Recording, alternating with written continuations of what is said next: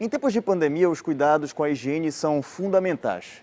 Pensando nisso, um grupo de meninas resolveu apostar na robótica para ajudar no combate à Covid-19 e tudo isso com baixo custo.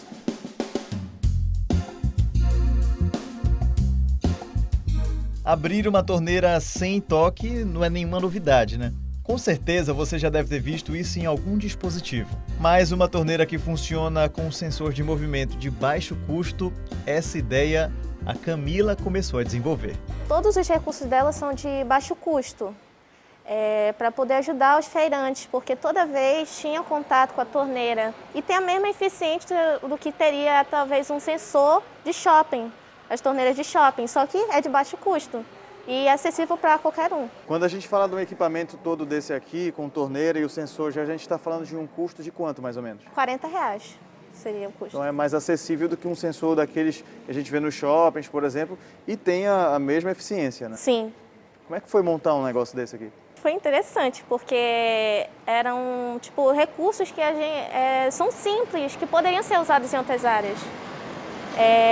Como, por exemplo, o infravermelho, que ele é muito usado para o sensor, a válvula que libera água e o módulo relé, que ele meio que fica a programação do tempo, que seria para liberar a água. Em meio a uma pandemia que determinou que o contato é algo que deve ser evitado, qualquer ideia como essa é bem-vinda. É um projeto barato, a gente está esperando que ele se popularize, que alguém venha comprar essa ideia e ajude a divulgar ele nas feiras, para ajudar os feirantes em si e também para reduzir esse risco de contaminação pelo Covid-19 nas feiras.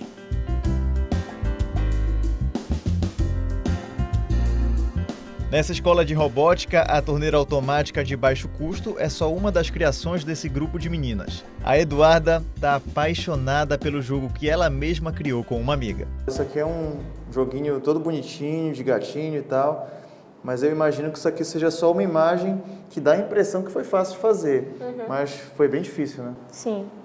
O primeiro projeto começou quando eu entrei na robótica, que o professor tinha feito um desafio, que era para a gente fazer um jogo. Eu, junto com uma amiga minha, a gente meio que fez uma história de um gatinho chamado Plog e que ele gostaria muito de doces, e o objetivo do jogo seria pegar os doces.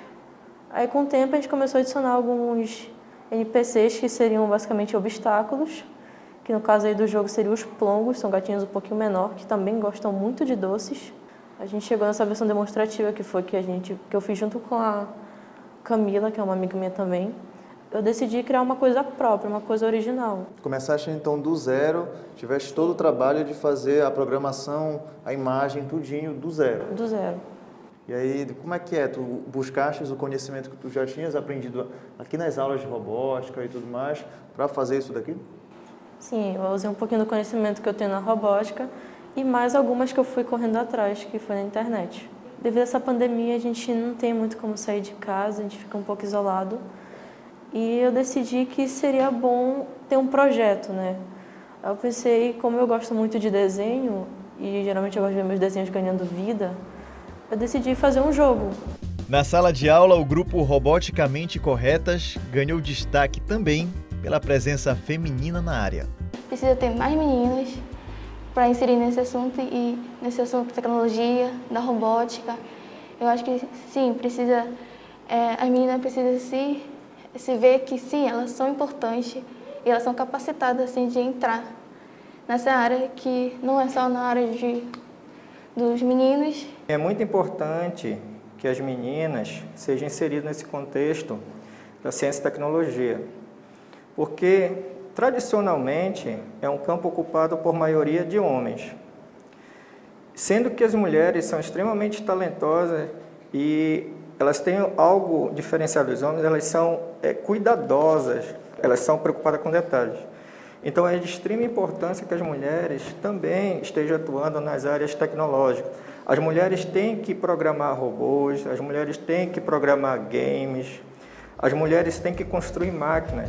Tá bom, para não dizer aqui também que a robótica é coisa só de menina, dá uma olhada no recado dessa dupla que criou um dispositivo que libera álcool em gel por movimento. No período da quarentena, nós desenvolvemos um dispenser de álcool em gel que funciona com sensor de presença. Pesquisas mostram que o vírus da Covid-19 pode ficar até 3 dias de superfícies plásticas. Foi com essa ideia que criamos o nosso protótipo. E o nosso novo protótipo será mais acessível por conta do preço dos outros microcontroladores que iremos usar. Clara, 14 anos, já é apaixonada por robótica. Eu comecei a estudar robótica porque eu achava muito interessante, porque eu desenho, então queria tentar de uma certa forma botar, misturar desenho com tecnologia. Então comecei a estudar robótica para saber os fundamentos, para como se faz um jogo e essas coisas. Hoje tu tens 14 anos, ainda tem muita coisa pela frente para estudar, né? Mas é uma área que tu pretendes ingressar numa faculdade voltada para isso, trabalhar com isso no futuro? Olha, talvez sim, porque eu tenho muito interesse em fazer ciência da computação, mas também tenho interesse em fazer design gráfico. Então, talvez sim, talvez ingresse numa profissão sobre tecnologia. O que tu mais admira nessa área? Eu acho que a forma que a tecnologia avançou hoje em dia, eu acho que eu admiro a forma como os profissionais hoje em dia têm essa capacidade tão rápida de avançar os estudos. E eu comecei a estudar robótica por causa disso. Eu acho muito interessante como eles programam os jogos.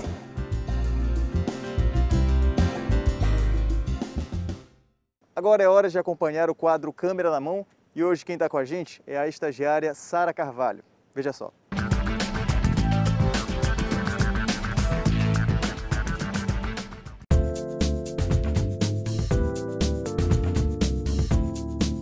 Os planos de ser médica, a Mihaela até tem, mas o amor pela robótica, por enquanto, está falando mais alto. Não demorou nem um ano recebendo aulas e ela já criou um game. No início da pandemia, eu estava querendo bastante criar um jogo e eu vi que tinha como, criei no mesmo dia que eu pensei em fazer. O jogo foi criado como lição de casa da turma de robótica. O ponto de partida foi a orientação do professor, que enviou um programa e serviu de base para o projeto. O professor da robótica, ele mandou um jogo, que a gente tem que ir completando as fases usando os comandos que pede. Aí, no final desse jogo, a gente tem a opção de criar nosso próprio jogo, usando tudo que a gente aprendeu nas fases anteriores. Essa pegada educacional está presente em todas as fases. Para vencer, tem que pensar rápido, ter agilidade para evitar penalizações e somar pontos. Você tem que terminar o jogo com o máximo de pontos possível. E para terminar o jogo tem que pegar todos esses ratinhos aqui. Esses aqui de cima e de baixo. Aí não pode pegar esses caras de branco, porque eles diminuem seus pontos. E depois que você pega os dois, você perde o jogo. Pode parecer brincadeira de criança, mas os pais da Mihaela já perceberam quanto as capacidades educativas podem ganhar aquele gás de forma lúdica, do jeito que os mais novos gostam. A gente tem projetos para ela muito relacionados à tecnologia, embora desde sempre ela fala que quer fazer medicina, mas só que a gente tem projetos para ela, uma educação técnica e levar adiante, porque eu pelo menos procuro sempre deixar ela muito livre em relação à criatividade. Eu gostei muito, é um joguinho bem divertido para as crianças, é bem simples, mas pelo que eu percebi, ela me mostrou que tem uns graus de dificuldade, né? Às vezes aumenta a velocidade do inimigo, diminui a nossa e tem uns niveizinhos legais. A Maria Cristina gostou tanto que resolveu até compartilhar com os amigos. Pela funcionalidade do game, pela praticidade dele, eu vi que realmente era uma coisa que ia funcionar. Eu cheguei até a distribuir com alguns amigos, através de rede social, que também jogaram, deram opinião, gostaram, e foi muito satisfatório. O paizão, claro, tá só orgulho. Uau, minha filha é um gênio. Minha filha chegar a produzir um game, nossa, foi uma coisa que eu não imaginava, mas estou muito feliz. As ciências podem abrir os nossos olhos para o mundo. E quanto mais curiosidade a gente tem em descobrir algo novo, mais surpreendentes são os resultados. Enquanto a Mihaela cria games, o Carlos e o Bernardo desenvolveram um piano feito de Isso mesmo, bananas. Nós usamos aqui um microcontrolador Arduino, fios de resistência e as bananas. Quando nós tocamos na banana, nós alteramos o sinal elétrico que transmite para o controlador. Ele produz uma nota musical.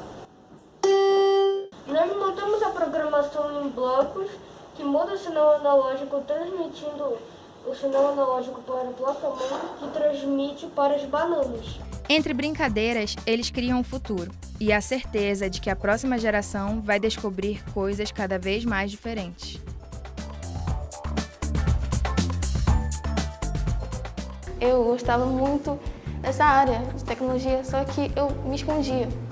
E talvez tenha outras meninas também que gostam dessa área, mas não quer saber porque pensa, não, isso não é para mim, eu não sou boa o suficiente. Todas nós podemos ser referência para todas as meninas, para elas também se motivarem a entrar nessa área de tecnologia. Terminou o Libicom, muito obrigado pela sua companhia na manhã desse domingo. Se quiser falar com a nossa produção, basta mandar uma mensagem para o nosso WhatsApp. Se quiser rever essa edição ou qualquer outra do programa, é só acessar o Globoplay. Um excelente domingo para você e até a semana que vem.